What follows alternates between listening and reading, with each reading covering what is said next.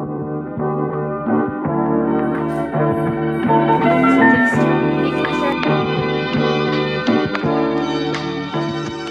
guys, what's up? My name is Gabby and welcome back to my channel. Today's video, I'm going to be doing a kitchen renovation on a budget. We have huge plans for this space, but we're not quite ready to dive into them. And I want to spruce up this space without spending too much money. I have a couple ideas that I think are going to really transform this kitchen.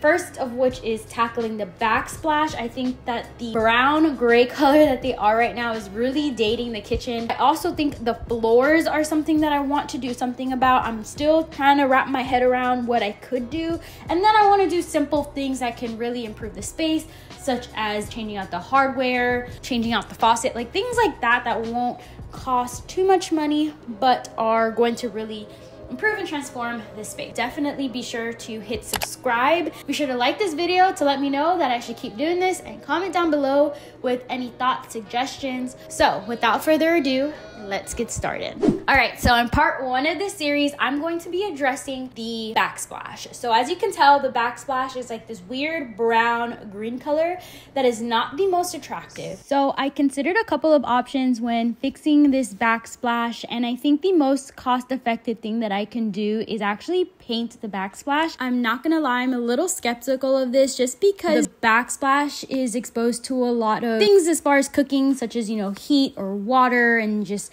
the everyday maintenance of making sure that your backsplash is clean. I'm not sure how well this is gonna hold up. But like I said, this is a very temporary DIY. We do plan on renovating this whole kitchen within the next year or two. And so if it starts looking bad, then it's not really a big deal. We're gonna rip it out anyway. And so to prepare the backsplash for paint, I'm actually going in and, as you can see, removing everything from my countertops as well as the actual backsplash itself. So I'm removing all of the outlet plates and honestly really just prepping the space like I would any other surface that I'm getting ready to paint. So, you know, making sure that it's really clean, taping off anything that I don't want paint on. Okay, so I finished taking off all the caps and taping off all of the outlet covers, and now I'm gonna go ahead and give the tile a very good clean. If not, the paint is not gonna adhere well. So I'm gonna go ahead and clean this off very well. I'm probably gonna first start off with just like a general cleaning spray, give it a light sand using 200 grit sandpaper, and then go in with like Dawn dish soap and aggressively clean, and then wipe everything down with water. All right, so the primer is a very important step in this process. You want to make sure you pick up a really good one. I picked up this Zinsser Bullseye 123 primer. It specifically shows tile on the photos and listed it in the back. And I'm also going to be using, of course, a foam roller to apply it to prevent any like streaks and unevenness.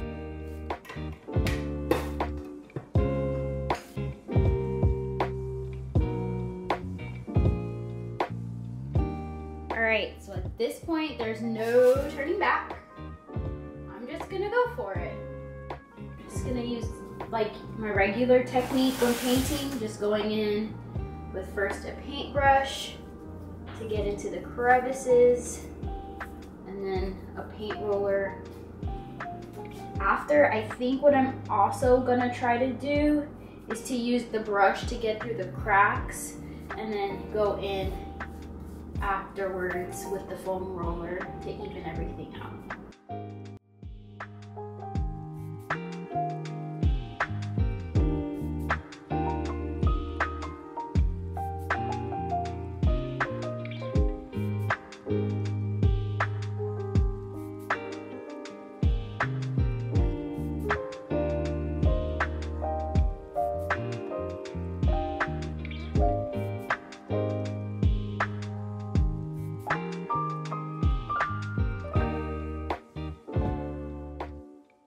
Okay, so I finished priming the whole thing. Now I'm gonna let that dry and come back in a few. Okay, so it's the next day and this is what the backsplash is looking like. So far, what I expected for the most part. This is the part that I'm not too sure about. As you can see, there's like a little, there's splotchiness over there and like over here. I'm hoping that that's not soap that I left behind, but I'm just gonna go ahead and proceed with the paint. Like I said, this is all very temporary, so worst comes to worst, it starts peeling off and we're just gonna take it off anyway. As far as paint goes, we picked up this Bare Premium Plus paint and primer in the color Whipped Cream. It's like a white, just like a basic white color. I'm hoping it doesn't have too much tint to it, but I'm gonna go ahead and mix this one up and start painting.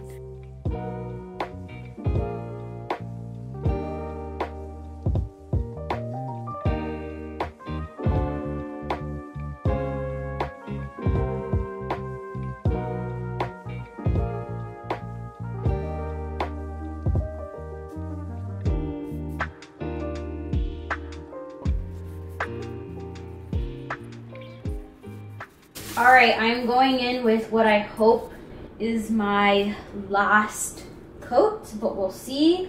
It is completely dry and it feels pretty good.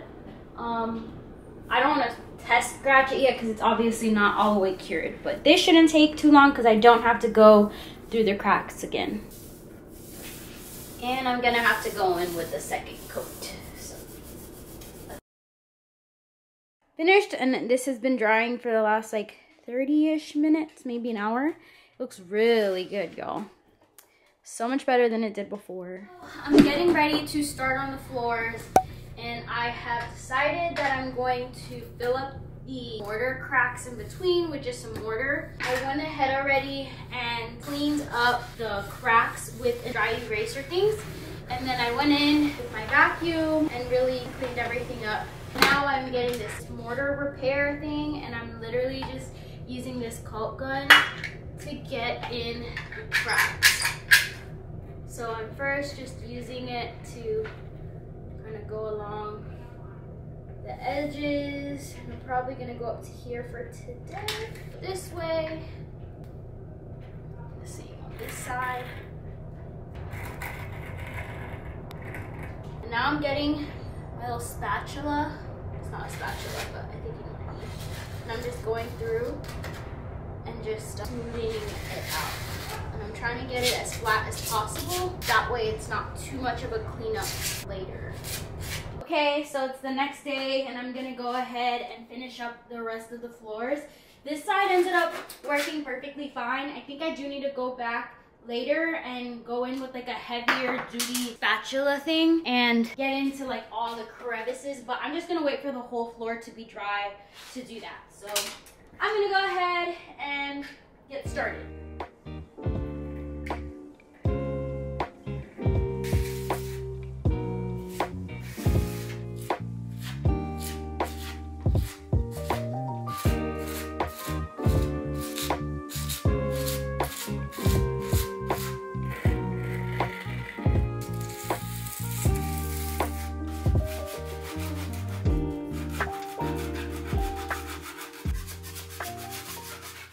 So at this point, I don't think I actually told you guys what I was doing with the floors.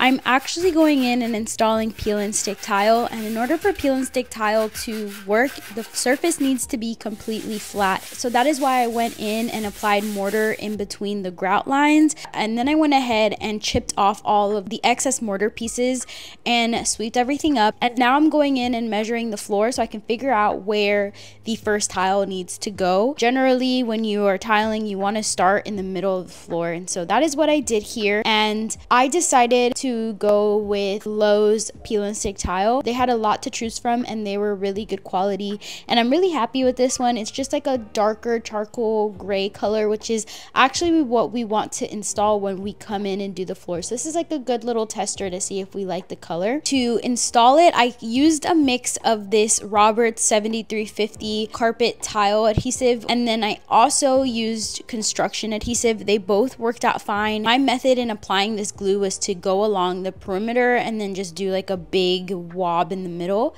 I'm not gonna lie, this took a lot of time. It probably took a good 2 full days of installing the floors. Of course, the whole pieces were the easiest pieces to do. That only took maybe a few hours. It was the perimeter parts that really took a long time, you know, measuring, making sure that everything was straight. That kind of took a while, but overall, it was a very easy process. It doesn't look, you know, exactly like tiles, but it looks much better than what was there before, and I'm really happy with the quality of these peel and stick tiles. I'll be sure to link them down below for you guys in case you're interested in applying these to your floor.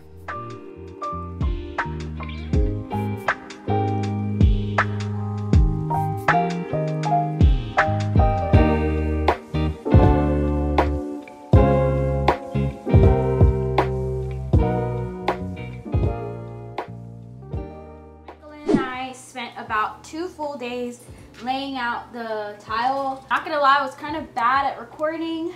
Number one, just because it was a little bit of a frustrating process, but we got it through it. The hardest part was definitely trying to get like the corner pieces. But now we are getting ready to grout. So I'm going in with this grout. We actually decided to go with the iron color. I think it's gonna really make the charcoal color of the tiles pop. 2 clean buckets of water. You're also gonna want a sponge, a float, and then of course your grout. I also find that it's helpful to have a roll of paper towels nearby, and also just like a trash bag to collect the dirty paper towels. So I'm going to show you how I grout and the process I've been doing that has been working for us so far. All right, so I'm going to get some grout on my float, and then I am going to just go along the corners at like kind of a diagonal like this, making sure that the edges are filled with grout, and you want to do about 10 to 15 square feet before you wipe it down. So just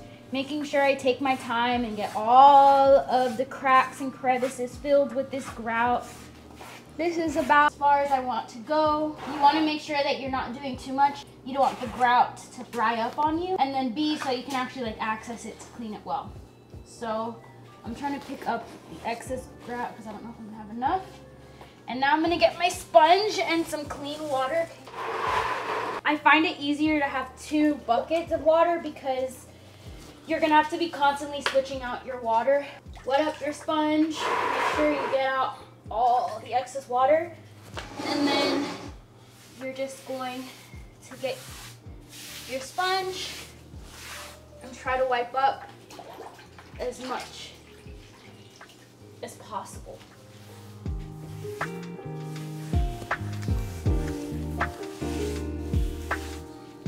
Just like that. And then this is when I find the paper towels helpful, because now I just go in with my paper towel and just wipe up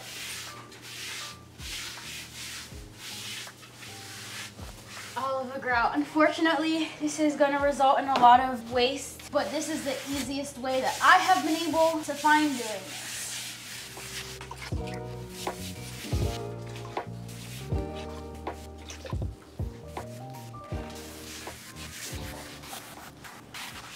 And that's about it.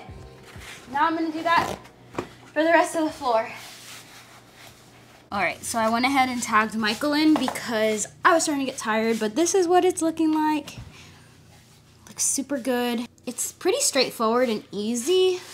It's just a little tiring after a while. So at this point, we have completely filled up all the grout lines and it looks really good. But now we're going in and double checking that everything is well leveled and there's no grout lines that are too shallow, I guess you should say. And then once we do that, we're going to give the floors another really good wipe down and then just leave it alone for a couple hours. And then hopefully the grout would have cured and we'll be good to go. So this is what the floors looked like after we finished grouting. They look 100 times better. When you're doing peel and stick tile, you don't necessarily need to grout, but I felt like grouting made it look a lot more realistic. However, with grouting, you're gonna create a haze, and so after about a week of letting it sit like that, I went in and cleaned off the excess grout with this cement grout remover.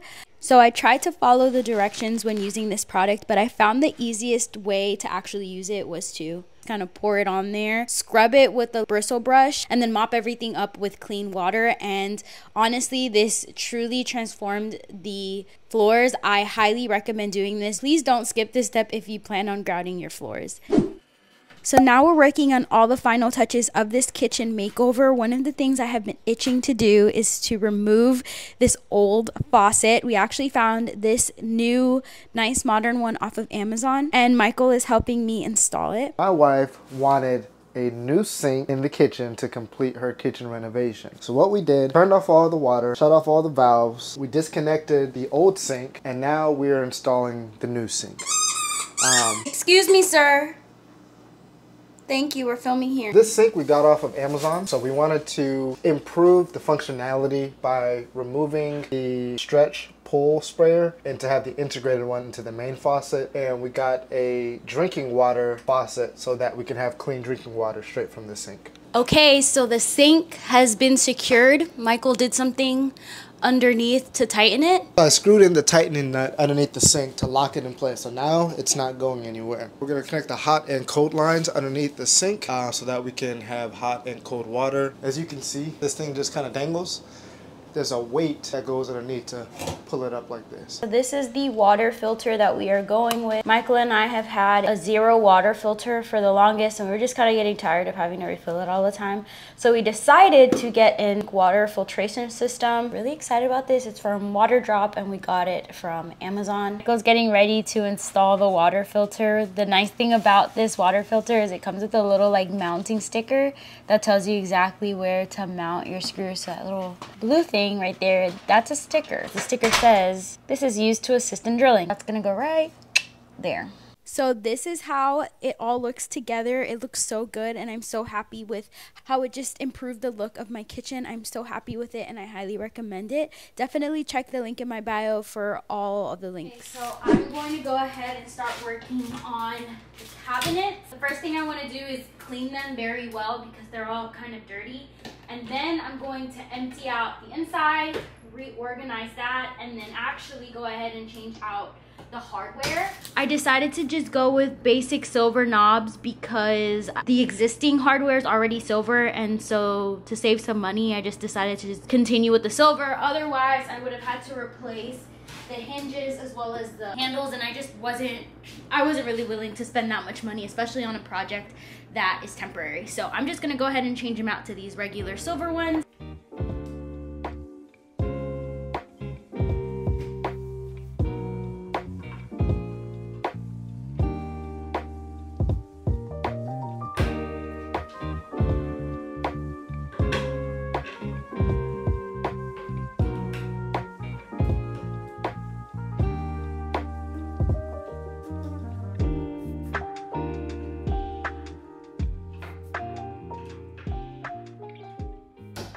I've decided to install these LED motion sensor lights under the cabinet. It comes in a set of 2.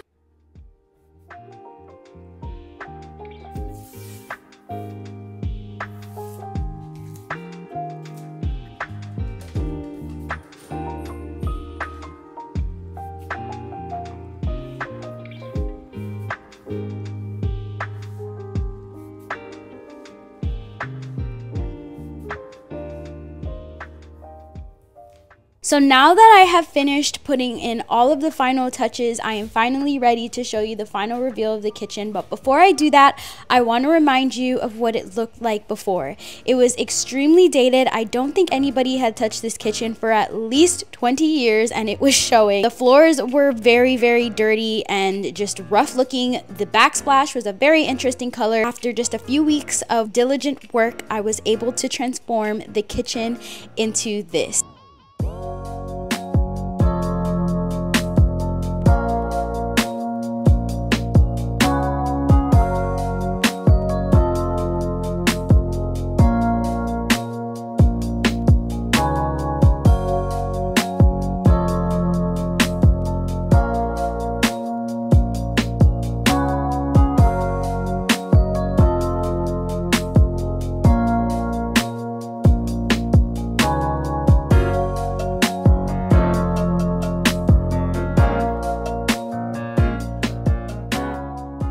And that was the kitchen makeover. I hope you guys enjoyed it.